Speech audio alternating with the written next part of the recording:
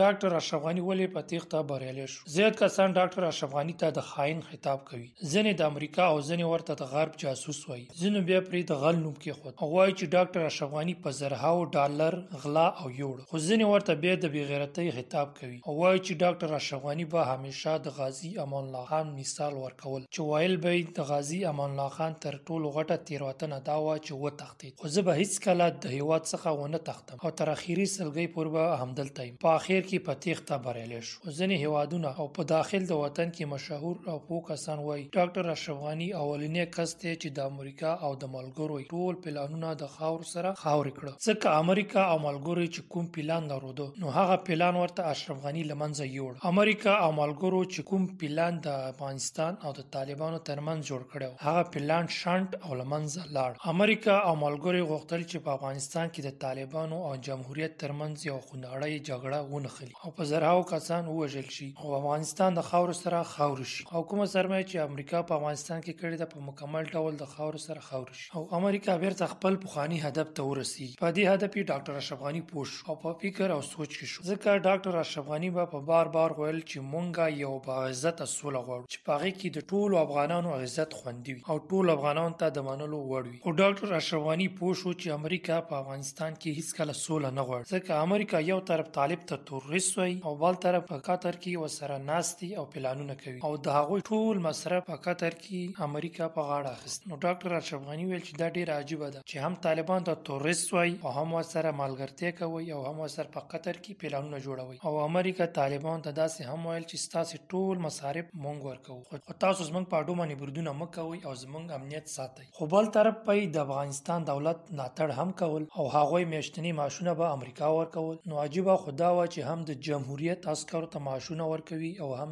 طالب ته او کومه ډله چې په جنګ کې بریالی شوه نو په هغې به یې بمبار کول او له منځه به یې وړه او کله به چې جنګ شو نو دواړو طرفه به افغانان وژل کېدل چې دلته نه اسلام مطرح و، نه جهاد، نه اسلامیت او نه افغانیت. ځکه دواړه طرفه مسلمانانو او افغانانو دواړو به کلمه شهادت ویله. نو د امریکا په شیطانت اشرف غني ډیر ښه پوهېده خو وس یې نه کېده. په اخر کې د ډاکټر اشرف غني صبر په ختمېدو شو او د امریکا او اشرف غني ترمنځ یو جنجال پیدا شو. نو امریکا وویل چې ته زموږ سره جنجال کوي. نو امریکا په غوسه شو او اشرف غني ته یې پلان جوړ چې دا کس له منځه څنګه یوسو چې د طالبانو او د ملي اردو ترمنځ د یوې غټې جګړې پلان تیار کړ چې د دې په منځ کې به اشرف غني هم له منځه یوسي او یو سخت جنگ به ونښلي لکه سودان، عراق او اوکراین کې چې امریکا جنگ شروع کړ چې تر اوسه شروع دی او نه ختمیږي او په زرهاو کسان پکې د ورځې مړه کیږي. نو ډاکټر اشرف غني د امریکا په مرداره لوبه پوه شو. نو ښکاره ورته نشو ویلی چې زه ځم او جنگ نه کوم. ځکه که داسې ورته ویلی وی نو امریکا ډاکټر اشرف غني نیول او حتی د وژلو احتمال یې هم و. نو ډاکټر اشرف غني په ډېرې هوښیارتیا او ځیرکتیا سره ټول ولایتونه طالبانو ته تسلیم کړل بې له جنګه او په دې پوه شو نور کوم د غټ جنګ احتمال نشته. نو په دغه وخت کې امریکا هم حیرانه وه چې ولې اردو جنګ نه کوي د طالبانو سره. حیرانه وه. خو ډاکټر اشرف غني به ورته بار ویل چې تاسې اندېښنه مه کوئ، موږ جنګ کوو او جنګ ته تیار یو. په هغه صورت کې چې طالب سوله نه کوله موږ جنګ کوو، تاسو اندېښنه مه کوئ. نو کله چې خبره کابل ته رانږدې شوه ډاکټر اشرف غني په ډېر عزت د کابل څخه لاړ او امریکا ګمان کول تر سبا پورې چې ډاکټر اشرف غني په کابل کې دی او اوس په یو خونړی جنگ نښلي. کله چې امریکا خبره شوه ډاکټر اشرف غني نشته او په تیښته بریالی شوی. په دغه وخت کې امریکا ټول پلانونه له منځه لاړ او په شرمونو وشرمېده او په خپله لوبه کې راګیره شوه او بله لار ترې ورکه شوه او یوازې دا بهانه یې جوړه کړه چې ډاکټر اشرف غني پیسې غلا کړي. حال دا چې په هغه باندې کوم تور او تهمت لګېدلی و هغه تور او تهمت بې ځای ثابت شو. نو په لنډ وخت کې ټولو سرچینو وښوده چې ډاکټر اشرف غني نه پیسې غلا کړي او نه یې پیسې وړي. حتی چې ډاکټر اشرف غني له کابل څخه وتل یوازې په چپلکو کې وتلی و. نو اول خو باید د الله څخه شکر وکړو چې داخلي جنگ پیل نه شو او دوهم مرګونه ونه شو، یعنې څوک پکې ونه وژل شو. چېرته موږ هغه ورځې او وخت رعایت کړو چې هره ورځ به تر سلو زیات کسان وژل کېدل، په زرهاو میندې به کونډېدلې. نو ډېر د شکر ځای دی چې بې له جنګه او بې له مرګه روغ جوړ افغانستان موږ ته پاتې شو. که ستاسو یادېږي همدغې ولس په چغې وهلې اشرف غني ته چې موږ نور جنګ نه غواړو، پیسې دې نه وي، ډوډۍ دې نه وي، دولګې دې مړه شو خو جنګ دې نه وي. نو ډاکټر اشرف غني ورته هم جنګ ختم کړ او هم مرګونه. نن په افغانستان کې هیڅوک نه وژل کیږي، نن په افغانستان کې جنگ نشته، نن په افغانستان کې هر کس آرام خپل ژوند کوي. طبعا نیمګړتیاوې به موجود وي، ټولو غټه خبره ده چې هغه مرګونه ختم شو، ځکه تر ټولو مهم د انسان ژوند دی او د انسان ژوند تر هر څه بهتره دی. جنگ هغه څه دی چې یو هیواد له منځه وړي، جنگ هغه څه دی چې یو هیواد غرق کوي، جنگ هغه څه دی چې یو نسل د جاهلتوب خواته بیایي. باید موږ هره ثانیه د الله نه شکر وکړو چې جنگ ختم شو مکمل په افغانستان. دا د اشرف غني یو غټه لاسته راوړنه وه، دا غټه لاسته راوړنه به د اشرف غني په زرینو کرښو ولیکل شي او دا به تاریخ هیڅکله هیر نه کړي او دا په راتلونکو کلونو کې ټول ولس ته معلومه شي چې دا.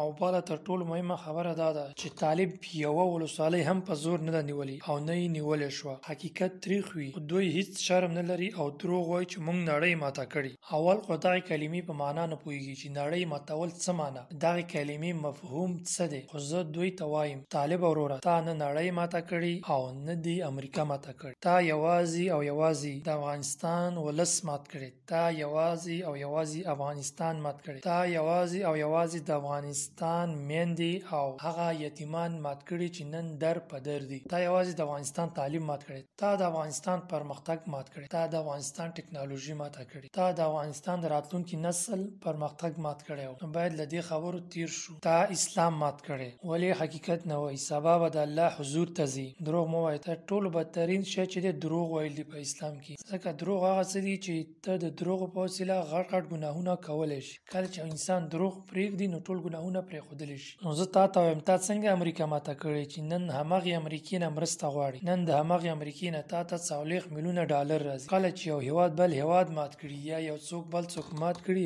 هغه مات شوی څنګه د هغې ماتونکي سره مرسته کوي؟ که تا نړۍ ماته کړې وې نو نن به تا نړۍ سره مرسته کولی، نن به تا نړۍ نه مرسته نه غوښتلې، نن به تا پرمختللې ټکنالوژي لرودې، نن به تا پرمختللې تعلیم لرودې، نن به تا پرمختللې اقتصاد لرودې، نن به ته د نړۍ سوپر پاور وې. که تا نړۍ ماته کړې وې، ته دومره مظلوم او غریب یې چې نن اسرائیلو په فلسطین کې قتل عام روان کړی او ته د یو څو ډالرو په اخیستو چپه خوله یې. ځکه ته دغه فکر کوي که چیرته زه خوله خلاصه کړم دغه ماته چې کوم اقتدار امریکا راکړی دغه به بیرته رانه سبا واخلي او هغه کوم ډالر چې د امریکې نه موږ ته راځي هغه به راباندې بند کړي. تا امیر د نړۍ امیر المؤمنین دی خو نن هغه چپه خوله دی، نن هغه په غار کې پټ دی، نن د هغې د ژوندي او مړي پته نشته دی، نن هغه خلکو ته شا ورړوي نه مخ. آیا دغه د مسلمانیت؟ آیا دغه د نړۍ ماتول؟ نو هیڅکله دروغ مه وایي. نو راځئ د دغه دروغ تیر شو او یو بل ته احترام وکړو، نور د دغه ټاپو لګولو پر ځای یو بل ته لاس ورکړو. که نن موږ پرمختللی هیواد وای د مظلومو فلسطینیانو ترڅنګ به ولاړ وای، د هغو مظلومو فلسطینیانو ترڅنګ چې نن هره ورځ د اسرائیل لخوا بمبارېږي. که چیرته موږ نن سوپر پاور وای، دنیا په هر کونج کې د مسلمان سره ظلم کېدی،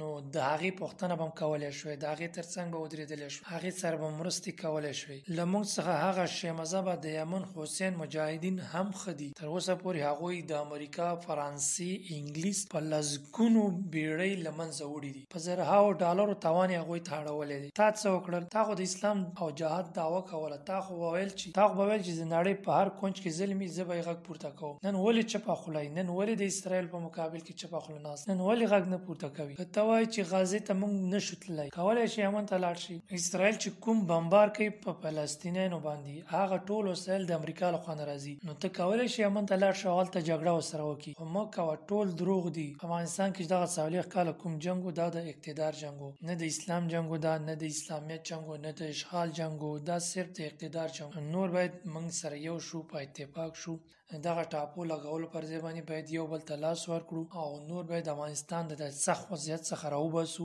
باید نور پرې نږدو چې پردي هیوادونه زموږ هیواد ته راشي او زموږ خپلو کې سره وجنګوي. نور باید موږ هیڅکله بهرنیانو ته اجازه ورنکړو چې زموږ په منځ کې اختلاف جوړ کړي. موږ باید شپه ورځ د یو پرمختللي افغانستان لپاره کار وکړو. تل دې وي افغانستان، ژوندی دې وي افغانستان. په اخر کې له ټولو دوستانو څخه یو درخواست کوم دغه زموږ کانال ځان سره سبسکرایب کړئ، ځکه ستاسې پرې هیڅ نه کیږي او موږ ته دا یو مورال راکوي په راتلونکي کې لا د ښکلو ویډیوګانو په خاطر.